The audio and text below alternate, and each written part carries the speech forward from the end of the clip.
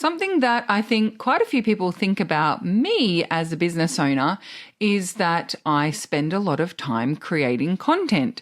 And whilst I am a prolific content creator and I could yap on about pretty much anything for as long as you needed me to, the truth is that I don't spend a lot of time on a regular basis creating content for my business. I batch create a lot of my business content. And so in today's episode of the Heart Center Business Podcast, I thought it would be helpful to break down one of the ways that I think it makes batch creating content so much easier for me. So this is episode number 496 of the Heart Center Business Podcast, which means you can find all the relevant links and the show notes for today's episode over at tashcorbin.com/496. And because it's day 11 of Tashmas, I have a lovely gift for you at the end of today's episode as well. So let's dive in because I really want to break this particular component down for you because I think for a lot of people, this is what makes batch creating content so much easier. Let's do it. Hello, I'm Tash Corbin, a business strategist and mentor based on the Sunshine Coast in Australia. The mission of this podcast is to help heart-centered entrepreneurs to make more money and in doing so, change the world for the better. This podcast was recorded on the lands of the Gubbi Gubbi and Jinnaburra people. Always was, always will be Aboriginal land. Chances are, if you've been listening to this podcast for a while, you've already heard me talk about some of the different ways that I get into creation mode, some of the different ways that I look for ideas or look for ways to structure my content for my business. But one of the fundamental principles that I haven't necessarily broken down in this much detail before is the way that I break up the tasks of content creation. And what I mean by that is that I separate out the steps of getting my content out into the world. And I also have a single handover point. So I only work on content up to a certain point, then it gets handed over and it doesn't come back to me again. I used to have multiple steps in my content creation and sharing process where I would come up with my plan, then I would send it to someone who helped me with my SEO optimization, then I'd get it back, then I would go and record some content, and then I'd hand it over to someone to do the editing, then I would do my show notes, then I would get it back, then I would do the social posts, and that back and forth meant that we had failure points about 8 steps in the process. And that's not a good strategy as far as I'm concerned. Not only that, I know I tend to end up being the bottleneck. If there's a lot of handover points and I've got certain things coming back to me at different stages, I'm going to get overwhelmed by that content creation as well. So instead of doing it that way, now I know all of the pieces, all of the components, all of the things I need to do to have my content handed over to my team so I don't have to touch it again. And then I go even further in separating out the steps for my part of the process as well. Now, I understand that not everyone has a team that they can hand their content over to. So what I've done is I've actually broken down the steps, not just my steps, but also what then happens with my content once I've created it, so that if you are doing this solo, you can still do it all, but break up the steps. So I separate out my content process into ideation, formation, creation, and distribution. So I want to go through all 4 of those steps with you in detail so you can see why I need to separate them out, but also how I organize those steps so that I'm reducing failure points and I'm maximizing the reach and distribution of my content. The 2 main areas of content that I'll focus on is the podcast and also my social media content. So let's go through these 4 steps. First step when it comes to my content creation in batches is ideation. And that is literally just coming up with the ideas for my content. Now, most of those ideas come when I'm actually working in my business, or I'm listening to other content, or I'm out and about, or I'm all over the shop. So what's really important with the ideation phase of content creation for me is that I know exactly where to put that idea when I have it, and I put it somewhere where I cannot lose it again. I know there are lots of people out there who collect ideas for content all over the shop. They've got spots in documents on their hard drive. They've got Canva templates with some image ideas. They've got some notes app notes in their phone. They've got a journal that they were using 3 years ago that they forgot about.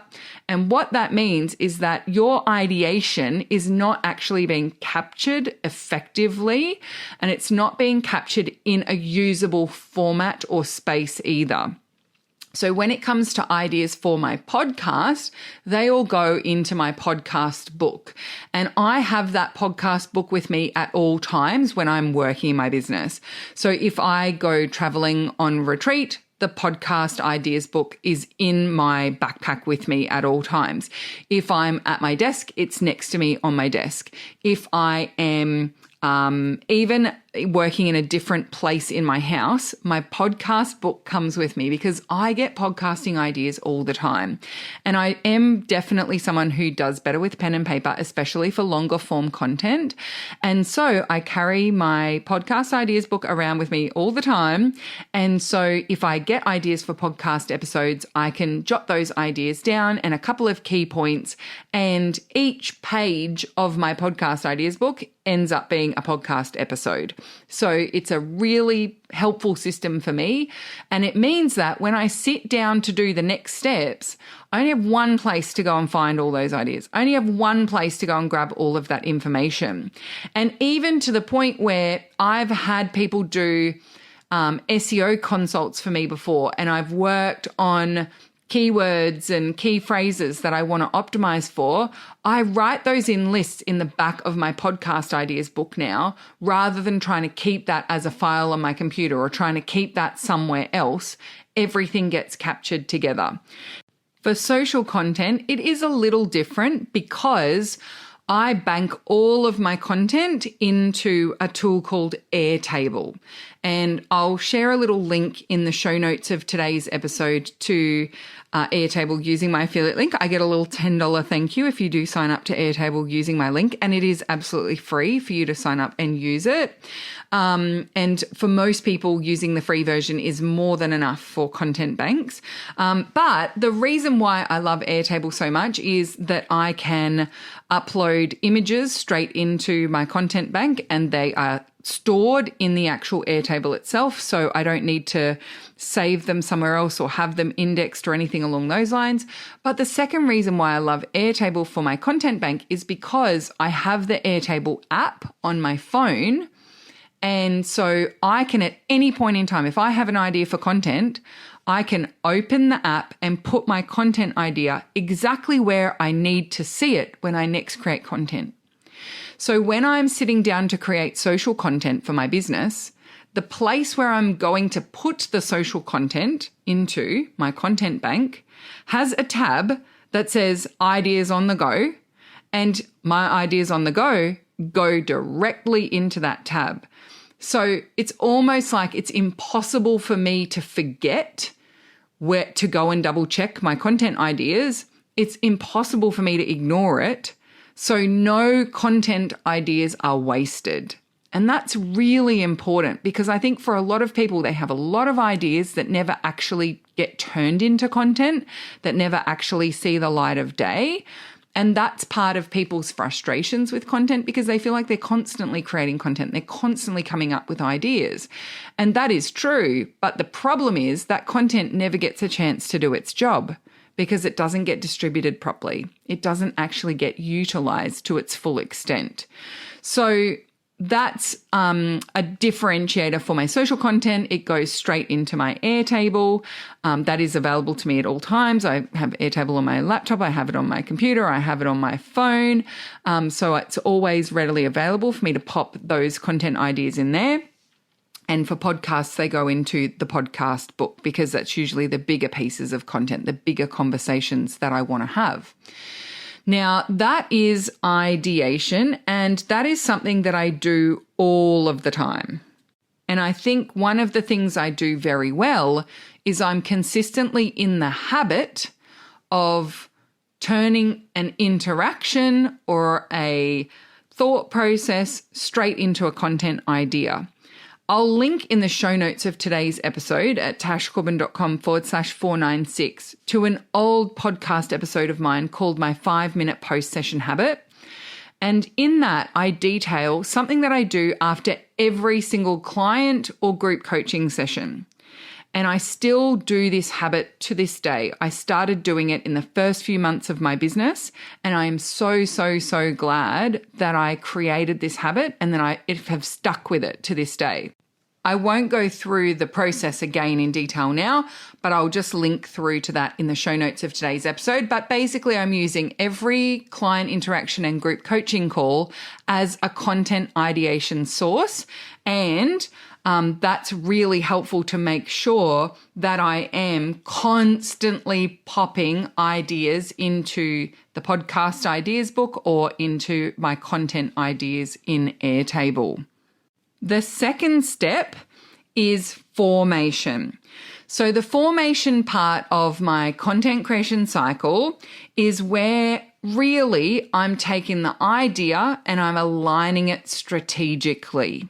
So what I'll do is I will sit down with my podcast ideas book, and I'll have pages and pages of podcast ideas that have been collected over the previous few weeks. And I'll go through and look for which podcast episode ideas are aligned with what I'm focused on for the next 12 to 20 weeks. I will go through and make sure for each idea I'm clear on what are the key points, what is the call to action, which episode number will it be, in what order will I actually release these as podcast episodes.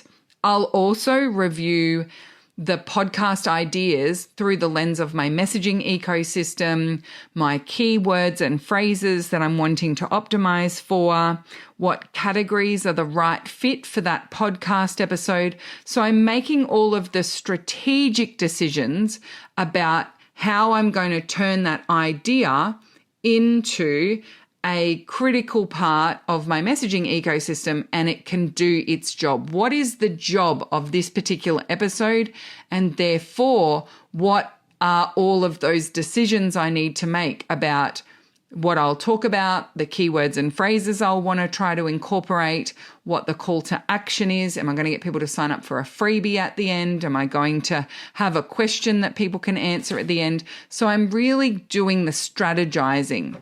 Now, how do I do that? When do I set aside time to do that?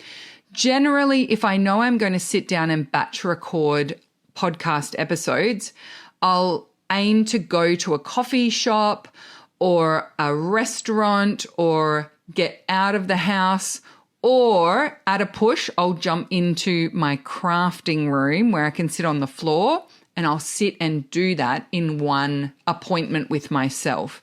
I love going to cafes or getting out of the house to do this piece because it's very straightforward for me to do it. I can do it all inside my podcasting book with my iPad or my laptop open on my content planner that I put in my quarterly plan. And so everything is being lined up really brilliantly.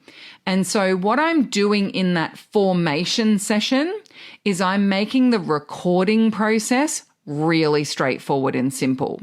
So when I sit down to record these podcast episodes, I'm not making up the structure on the fly. I'm not coming up with the call to action on the go.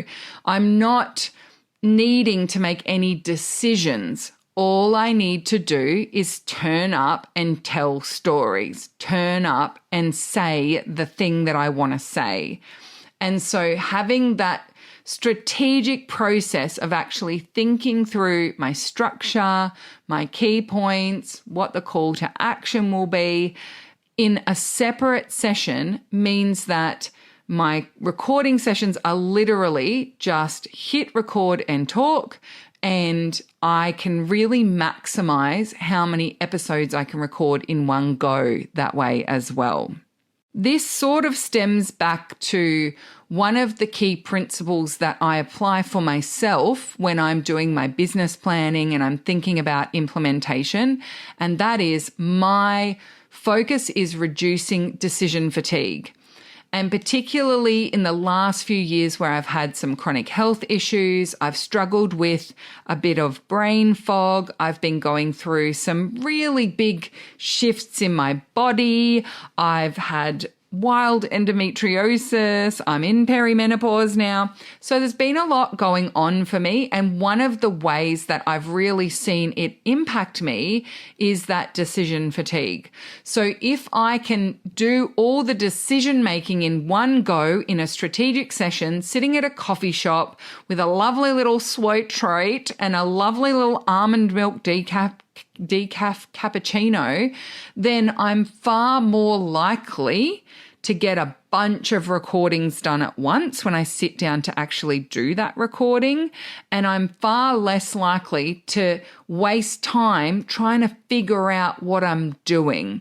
Or, when I get into the talky flow of recording podcasts, the last thing I want to do is break up that flow and momentum by going, oh, I don't know what the freebie will be on this one. Oh, I don't know what the call to action is. Oh, how does this fit in my messaging ecosystem? Oh, I don't know what category this is going into. So rather than make that the task for myself as I'm recording, I separate it out and I do that in a big batch on its own. That means that when it comes to step 3, creation, the only thing I need to do is literally record those podcast episodes. I normally do that on solo retreat. I'll go on a solo retreat for 2, 4, sometimes 6 days. And as part of that, I will batch record a big bunch of podcast episodes. And actually, I had a solo retreat planned for July this year, but that's when my dog Munchkin was diagnosed with cancer and ended up needing a surgery. And, that was a really horrific kind of 4-week to 6-week period for us. And so I cancelled going on solo retreat at that time. And then surprise, surprise, there were no podcast episodes in July or August or September or even the first half of October. And so, that's been really interesting for me to reflect on that to see where those solo retreats really are quite mission critical to the consistency and sustainability of my content in my business. But, I know that you will forgive me for not having those podcast episodes for that extended period of time because I had to look after my baby and, those sorts of things happen and that's absolutely okay. Now, the other thing I wanted to talk about with creation and recording my podcast is I want to be very upfront with you. My podcast recording setup is so basic. It is so basic. So I literally record on my phone using the voice recordings app, and I have a little plug-in microphone that I use, and it's just a cheapy little one that I bought from Officeworks that has the phone connection. And it just makes recording podcasts so much more straightforward and it takes such less time for me.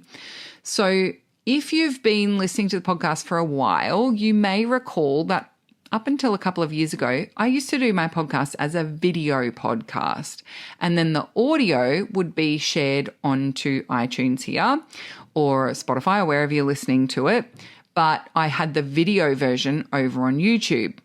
But what that meant was, number one, I needed to be camera ready to be able to record a podcast episode. But number two, I had to record the podcast in one take. Because if I didn't record the podcast in one take, I would need to then send the video to the person on my team who did my video editing, and I would have to send the instructions of, okay, from this minute to this minute, there's a part where I made a mistake and da-da-da-da, right? And like, it's just then made the process of me actually sending the episode to get edited so much harder. And then it also made the process of getting that episode ready to go and out into the world take longer. And so it was more expensive for me to get the podcast out into the world as well. And so I made the decision to go back to just audio-only podcast episodes. And I know that for some people it was quite a disappointment because they did prefer to watch the videos.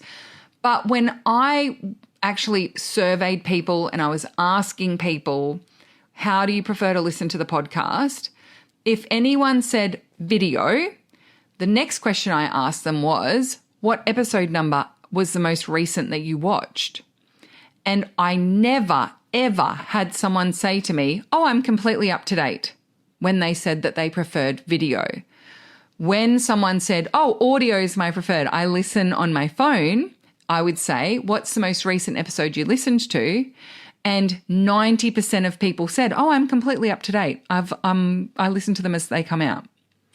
And so what I realized was that having the video version of the podcast available meant that people were getting perfectionist about how they consumed the podcast, because the people who watched on video wanted to be sitting at their desk with their notebook out, taking notes, making sure that they're listening properly and they're doing it the right way.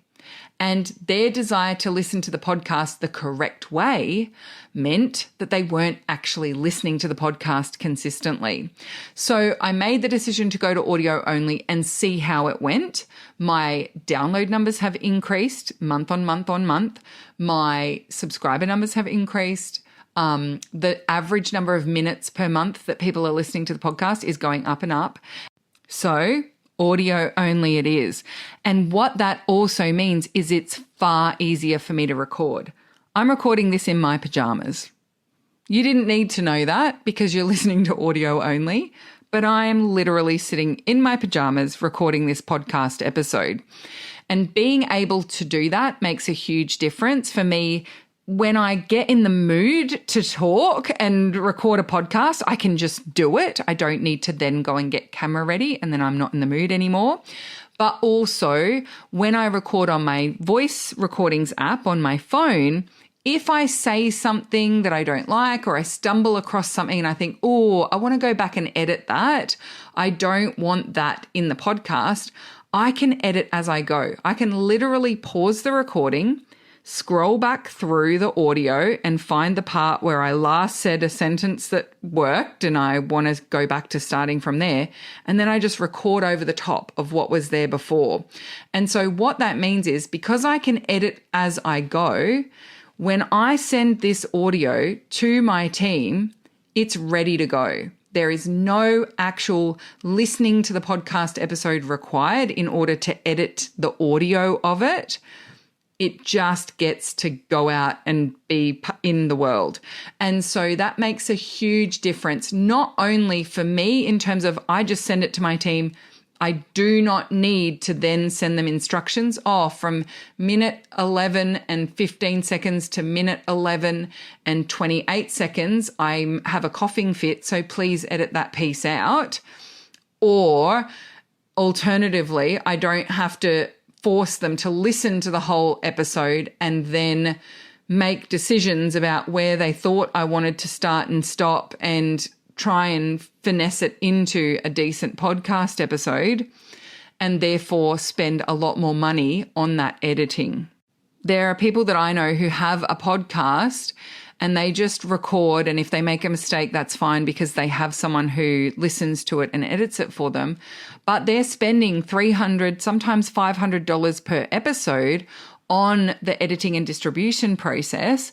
And for me, that's just an expense that I'm not willing to spend when I've got a way to record these podcasts where it's all done. and it's just me doing it as I go.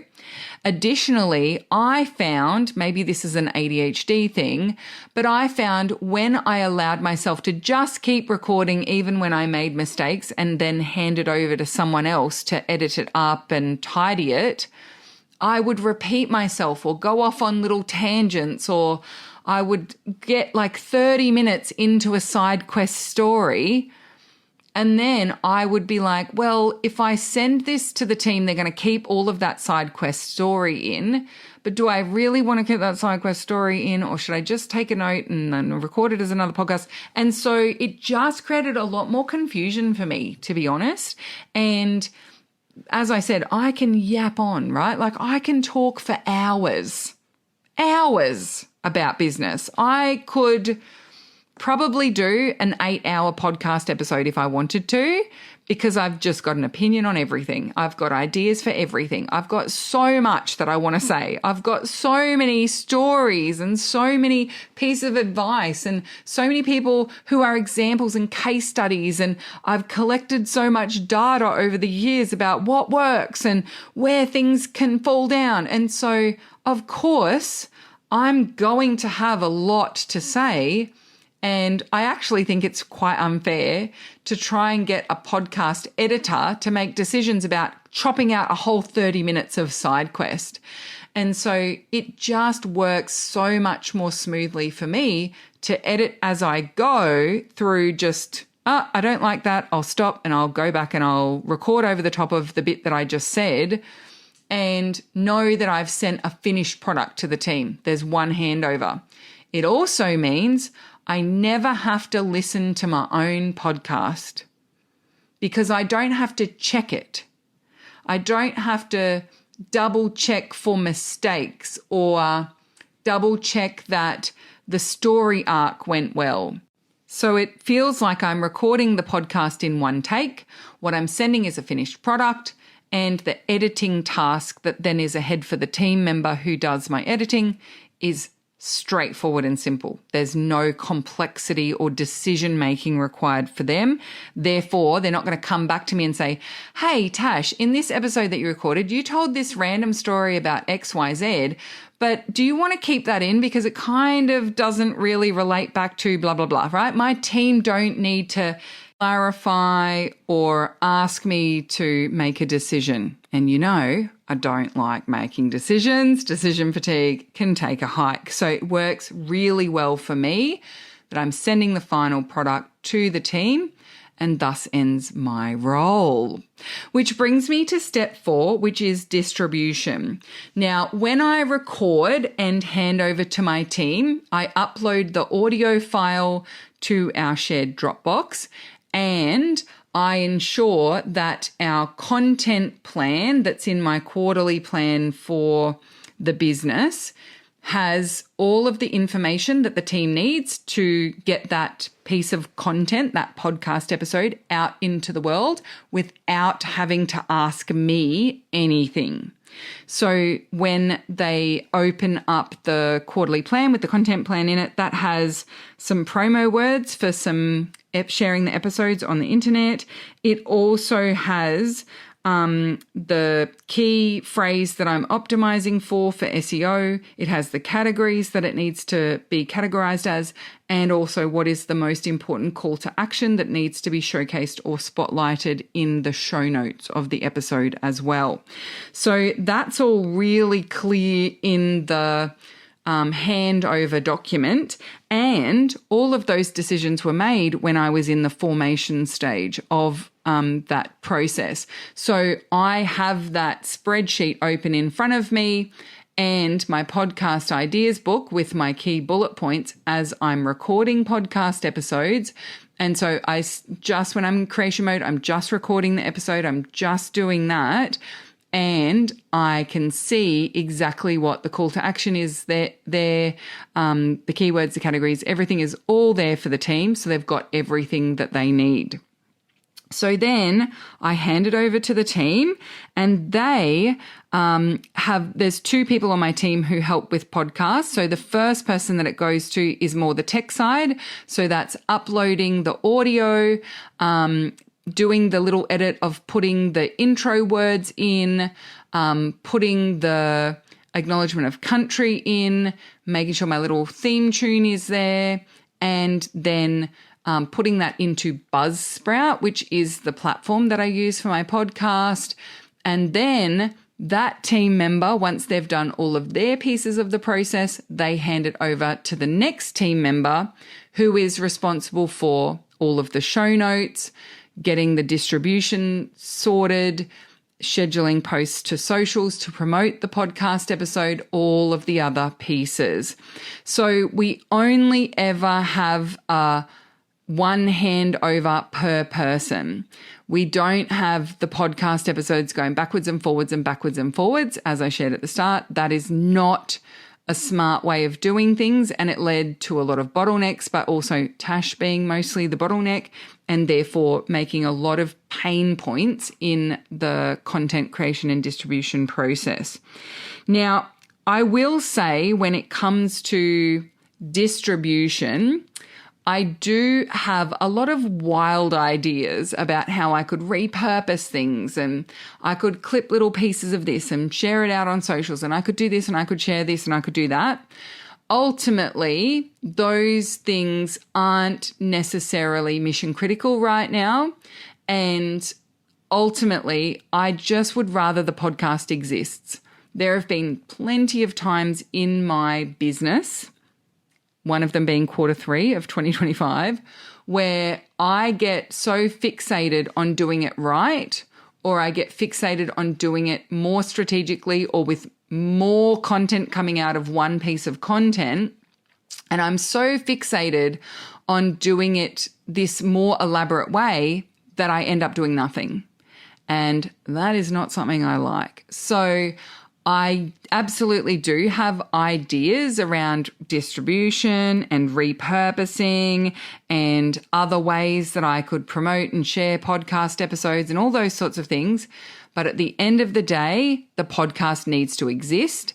And the more consistently I can get a minimum weekly episode out, the more consistently it grows my mailing list. It nurtures relationships with my audience. It gets people reaching out and connecting. We've got conversation points. It really does do a lot of heavy lifting in my business as is.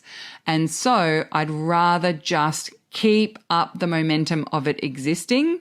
And those incremental improvements or other ways we can be a little bit more involved in the way that we distribute or the way that we repurpose or the way that we clip things up, whatever it might be, they can come later at a time where I know they're going to be sustained and they're not going to mess with the process. They're not going to mess with what we've got bedded down.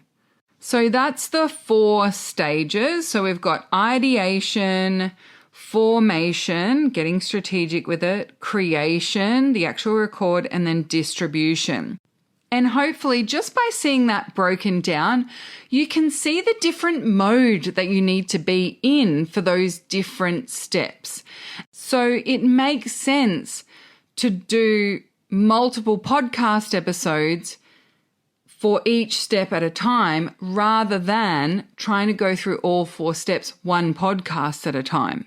If I was to try and do a podcast, and so I sit down and I need to ideate and come up with what the podcast is going to be about, then I have to do the formation and get strategic. What are the keywords? How am I going to have the call to action? When is this coming out? And then I have to sit and record it. And then I give it off to my team, and because I don't do distribution, but if I had to do it myself, right, that would be even worse.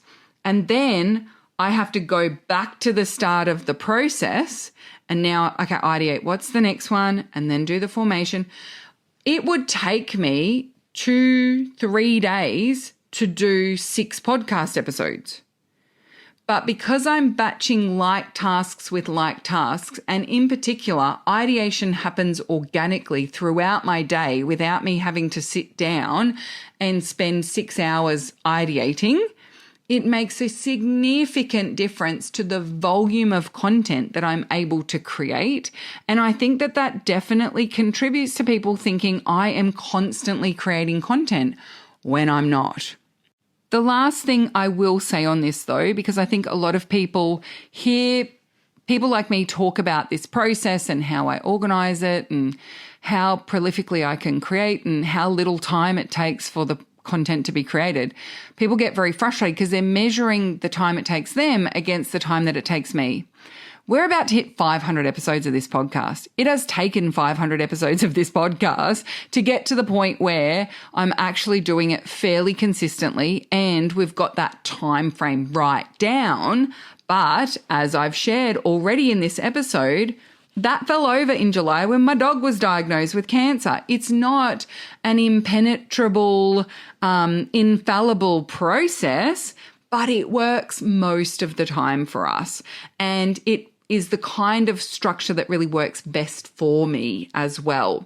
Don't measure your efficiency and productivity with content creation and distribution against mine if you haven't recorded 496 episodes of your podcast. Instead, just know that your job is to consistently look at how you're doing it, consistently get into the habit and the practice and the routine. Try batching for a little while. See if that works for you. Try batching with this differentiation between the different tasks and see if that works more effectively for you as well. I distinctly remember in 2017, after this podcast had been around for maybe a year and a bit, I still didn't batch record podcast episodes. And one of the reasons that I gave was that I wanted my podcast episodes to be responsive to the conversations that were happening in my audience. And I really enjoyed the process of creating on the fly and creating in response to other people. And that worked for me for several years. Where it stopped working for me was where I was then sending a podcast episode recording to my poor team and saying, right, this needs to go out tomorrow. And they had so much they need to do with it to get it ready to go out the next day. And so it was very last minute for the team. That's not nice for them to experience that. And so I needed to batch record so that my team could batch distribute. I needed to batch record so that my team had everything that they needed to thrive and succeed and support that podcast getting out on time in a far more efficient way, but also in a far less stressful way for them as well. After all, my lack of preparation should not constitute their emergency, right? So do it how it works best for you. Experiment with finding ways to remove resistance, to bring it into a more efficient process for you. Even just reviewing the last year and where your content has done well, where you've really struggled. Maybe you also took a hiatus from content creation. What happened right before that hiatus? What was it that derailed you from sticking with it consistently? And remember, as I've said multiple times in the last 20 or so episodes, that there are different times of day and different phases of our cycle and moon phases where certain tasks are harder than others and certain tasks are easier than others. So I love to record podcasts during ovulation because I've got the gift of the gab during ovulation. I don't stumble over my words as much. I don't struggle as much with articulating thoughts and stringing my stories together. And if I don't have capacity for podcast recording during ovulation, the full moon is the second best for me. And so I borrow the full moon energy for recording podcast episodes and having that really effusive but also well thought out capacity for creating podcasts. It wouldn't sound like it, by the way. I just stumbled over that sentence, but I'll leave that one in so you know I'm human. So that brings me to the end of this episode, but it is day 11 of Tashmas, so I do have a special gift for you, and that is if you'd like to do a half day of content creation with me, I'm offering for 3 people only 66% off my half day VIP sessions. Not only that, I don't normally do this with half-day VIPs, but if you'd like to come and do it in person on the Sunshine Coast, we can do that too. I recently did a half-day VIP online with someone focused specifically on content creation. And in the 3-hour half-day VIP, we not only refined and documented her messaging ecosystem, we also wrote out the titles and core points of 12 blog posts. Plus, we created 52 social media posts as well. And that was the writing and the imagery for those social media posts. Now, if you come and do the half-day VIP in person, we can also do a little mini phone-based photo shoot where we take a bunch of photos on your phone, as well as some short form video, some B-roll. So we can do a little bit more when we're in person, because I can be your videographer or be your photographer. Remembering I'm not a photographer, it's helping you with creating lots and lots and lots of content en masse really quickly and getting those photos that are the more candid shots, the more casual shots and social shots, mostly for your social media. But I do a good photo shoot, I will say. Lots of people comment on how quickly I get lots and lots of variety of photos with people for that social content, because I'm not thinking about it through a photographer lens. I'm thinking about it through a content lens. And so because I'm doing that, I'm quite good at directing people and making sure we get all the different types of shots that we need. So it's totally up to you if you'd like to do it online, virtually, or if you would like to come to me on the Sunshine Coast and we can do it together in person. So all of the details of that special offer will be with the show notes of today's episode at tashcorbin.com/496. And just a reminder, it's limited to 3 people only. So make sure that you go and check that one out and take action quickly, because I wouldn't want you to miss out. Don't get FOMO, go find the promo. Thank you so much for joining me for this episode of the Heart Centre Business Podcast. I will see you tomorrow for day 12 of Tashmas. It's our final day. And until then, I cannot wait to see you shine. Bye for now.